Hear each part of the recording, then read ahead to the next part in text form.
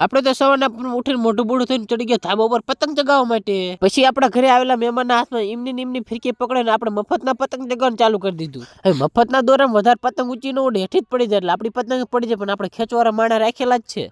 પણ આપણે કઈ થોડાક મોરા પડ્યું, આપણે બીજી પતંગ ચગાવવાનું ચાલુ કરી દીધું. અને આ છે આપણો ભત્રીજો, પતંગ લૂંટવામાં એક્સપર્ટ છે. તમે જોવા આને છોટા પેકેટ બડા ધમાકા હે. અહીંયા કને તો નાના છોકરા રખડતા એમ ડાયરેક્ટ વિડીયો બનાવી લો ને, એમાં આપણે ચશ્મા બૂસ મારી ગયા. પણ કાંઈ વાંધો નહીં, વિડીયો બનાવે આપણને પતંગ મળી જાય. બાકી મેં તો તમને કીધું તો આપણે ભત્રીજો પતંગ લૂંટવામાં એક્સપર્ટ. જો ઠેઠ ક્યાં ચડી ગયો.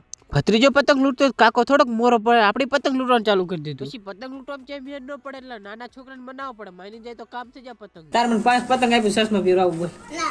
આવડા મોટા થઈ જાય પણ અમને છોકરા બનાવતા જ ના આવડતું. આપણું પતંગ ઘડી વડે કપાઈ જતું હતું. એટલે આગળ પતંગના એક્સપર્ટ છે. જો અમને ભાઈ પતંગ ચગાવતા આપણે શીખવું પડે. જોયું ને ટાઈમ આપણને ભૂખ લાગે એટલે આપણા ધાબા ઉપર નાના છોકરા આવા પેકેટ લઈને રખડતા હોય, એમને પછી થોડોક ભાગ લઈ લેવાનો. જો એમના પાસે પેકેટ થોડા એમનો ભાગ આપણે ખાઈ જવાનો. મારો ભત્રીજો પતંગ ચગાવતો હતો, એને એમ કીધું કે લાય તને પતંગ ચગાવતા શીખવાડો. એમ કરીને એક પતંગ મેં ચગાવી લીધું. બોલો, આ ઉત્તરાયણ તો મફતના દોરાન મફતના પતંગમાં થઈ જાય. એ બાને એક વિડીયોમાં લાઈક કરી નાખો. હાલો બાઈ હવે મળશું કાલ નવા વ્લોગમાં. તમને વ્લોગ જોઈને મજા વિડીયોમાં લાઈક કરતા જાયજો.